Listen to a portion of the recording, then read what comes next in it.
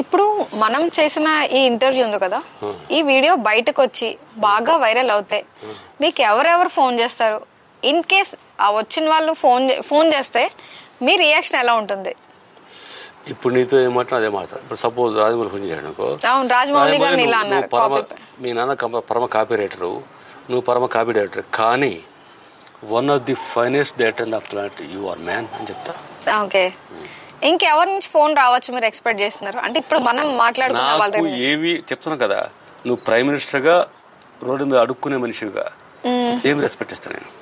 Okay, నేను అమ్మానే అంట, అడుక్కునేవాని అమ్మానే అంట, 10 కోట్ల కార్లు ఎవరు దిగారు అమ్మానే అంట. నాకు మనుషుల పొజిషన్తో నాకు సంబంధం లేదు. Spiritual person. మా స్పిరిచువల్ లైఫ్ లో మనుషుల సోషల్ స్టేటస్ కి ఫైనాన్షియల్ స్టేటస్ కి ఏ విలువ ఉండదు. ఎందుకంటే సోల్స్ మాత్రమే. నువ్వు ఇప్పుడు పోతావు, ఏదో లారేజ్ గుద్దుది, ఎవరు మందు కొట్టిన మందు కొట్టాడు గుద్దుతాడు, చస్తావు. హూ ఆర్ యూ కదా? నాకు సోల్ తప్ప నీకు రూపాయి, నీకు అకౌంట్లో 100 రూపాయలు ఉన్నాయా 100 కోట్లు నాకు అనవసరం. ఎందుకంటే మీరు నథింగ్, మీరు హ్యూమన్స్ ఆర్ నథింగ్. కాలం డిసైడ్ చేస్తుంది. మీరు హ్యూమనే కదా, మీరు కూడా నథింగేనా? నథింగ్ కాదు, సూపర్ నథింగ్. నేను మీరు కూడా హ్యూమన్ అంటే జనాలు. నేను హ్యూమన్ కాదమ్మా. ఓకే, నేను రక్త మాసాలు తిరిగే దయ్యాన్ని. అంటే రక్త మాసంతో పెరిగిన దయ్యానైనా హ్యాజ్ ఏ మనిషే కదా, మీరు కూడా మా అందరిలాగే మీరు మనిషే కదా. మనిషి అయితే మేలా మాడతా. అంటే మీరు వే ఆఫ్ థింకింగ్ వేరు, కానీ ఉన్న జీవం అంతా అందరూ ఒకటే కదా. ఇది ఫిజికల్ గా. అవును, ఫిజికల్ గా మనిషి, ఫిజికల్ గా మనిషిని కాదు. ఓకే, నేను మనిషిని కాదు. ఇప్పుడు నాకు గన్ పెట్టావు అనుకో, నా బంగారం ఇంకో 4 బీడీలు దాకా అప్పుడు కలిసేంత. నాకు చావుకు బతుక్కి తేడా ఉండదు. ఓకే, అంటే ధైర్యంగా తర్వాత షూట్ చేయమంటారా 4 బీడీల తర్వాత?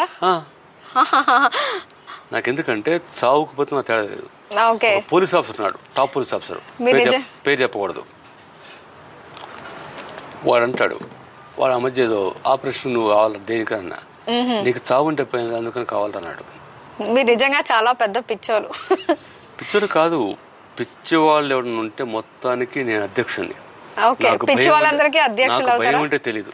కత్తులు పట్టుకుని వస్తే ఈ విషయంలో నిజంగా నేను కూడా మీరు పిచ్చోడని ఒప్పుకుంటున్నాను. అంటే మీరు మాట్లాడేది నాకు అలా పిచ్చిగా అనిపిస్తుంది. ఎందుకు అనిపిస్తుంది అంటే జనాలు కూడా, నీకు ఒక మైండ్ సెట్ ఉంటది. అవును, ప్రపంచం ఇలా ఉంటది, అలా ఉంటది, అలా ఉంటది, ఒక మైండ్ సెట్ ఉంటది. అందుకని పిచ్చోడు అనిపిస్తారు.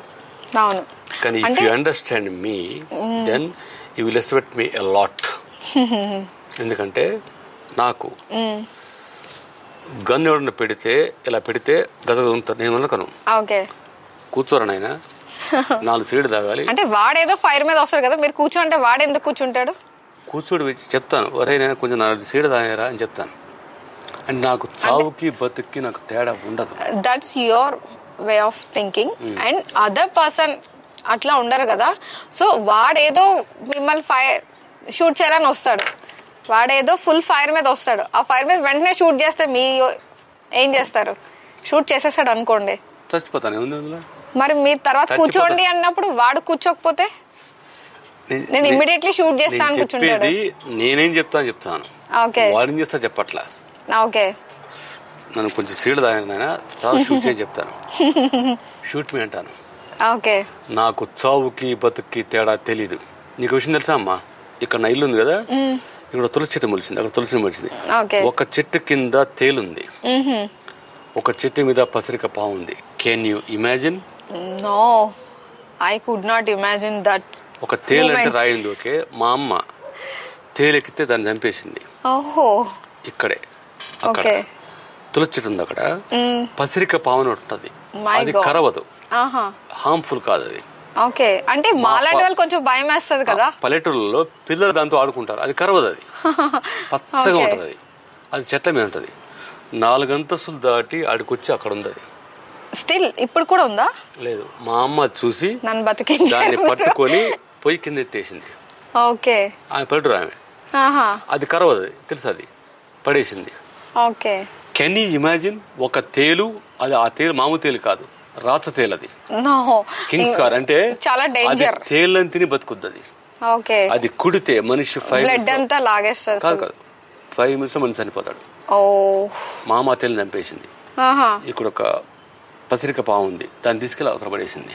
My god, can you imagine? No, I could not 4 అంతస్తులు ఎక్కి ఒక పాము వచ్చి అక్కడ ఉంటది అనేది. Can you imagine? No no no no, అది నాకు సాధ్యం. మీకు నచ్చిన రైటర్స్ మీద మీ ఒపీనియన్ చెప్పండి, అండ్ సినిమా మీద మీ ఉద్దేశం కూడా చెప్పండి. రైటర్స్ ఇద్దరే. ఓకే, ఒకళ్ళు పర్చు బేస్, వాళ్ళిద్దరుగానే వాళ్ళొక్కళ్ళే. ఓకే, ఇంకోళ్ళు Salim Javed, the creators of Sholay. Okay, భారతీయ సినిమా చరిత్రను మార్చిన షోలే రైటర్స్ సలీం జావేద్. వాళ్ళు మన తెలుగు పచ్చి బేస్. ఓకే, ఎవడు ఎంత పెద్ద గొప్ప రైటర్ గాని వాళ్ళిద్దరి ప్రభావంతో రైటర్ అవ్వాల్సినోడే, వాళ్ళ కాళ్ళకు దండ పెట్టాల్సినోడే. ఇద్దరు గొప్ప రైటర్స్. వీళ్ళు కాక ఆత్రేయ ఒక ఆయన ఉన్నాడు. ఇక ఆయన వీరిద్దరి పై స్టేజ్. మనసుకంతే ఇంతే మనిషి బ్రతుకింతే, మనసున్న మనిషికి సుఖము లేదంతే అని రాసిన మహానుభావుడు ఆయన. Potter writer, dialogue writer. మీకు ప్రేమ్ నగర్ సినిమా చూడండి, ఆయన డైలాగ్స్ రాశాడు, పాటలు రాశాడు. మీరు ఆ డైలాగ్స్ చూస్తే మీరు షాక్ అవుతారు. ఈ ముగ్గురే ఇండియాలో గ్రేటెస్ట్ రైటర్స్. అండ్ రాధాకృష్ణ గారు, వచ్చే ఫ్యూచర్ జనరేషన్ కి మీరు ఇచ్చే సలహా ఏంటి? అప్ కమింగ్ డైరెక్టర్స్ వాళ్ళందరికి, రైటర్స్ వీళ్ళందరికీ మీరు ఇచ్చే ఒక సలహా ఇవ్వండి, ఏంటది? ఒరే, మీరు ఒక అమ్మాయిని చూస్తే బ్యాగ్ చూసి ఫ్రెండ్ చూసి పోతారు కదా, పిచ్చిలాగా ఉంటారు కదా.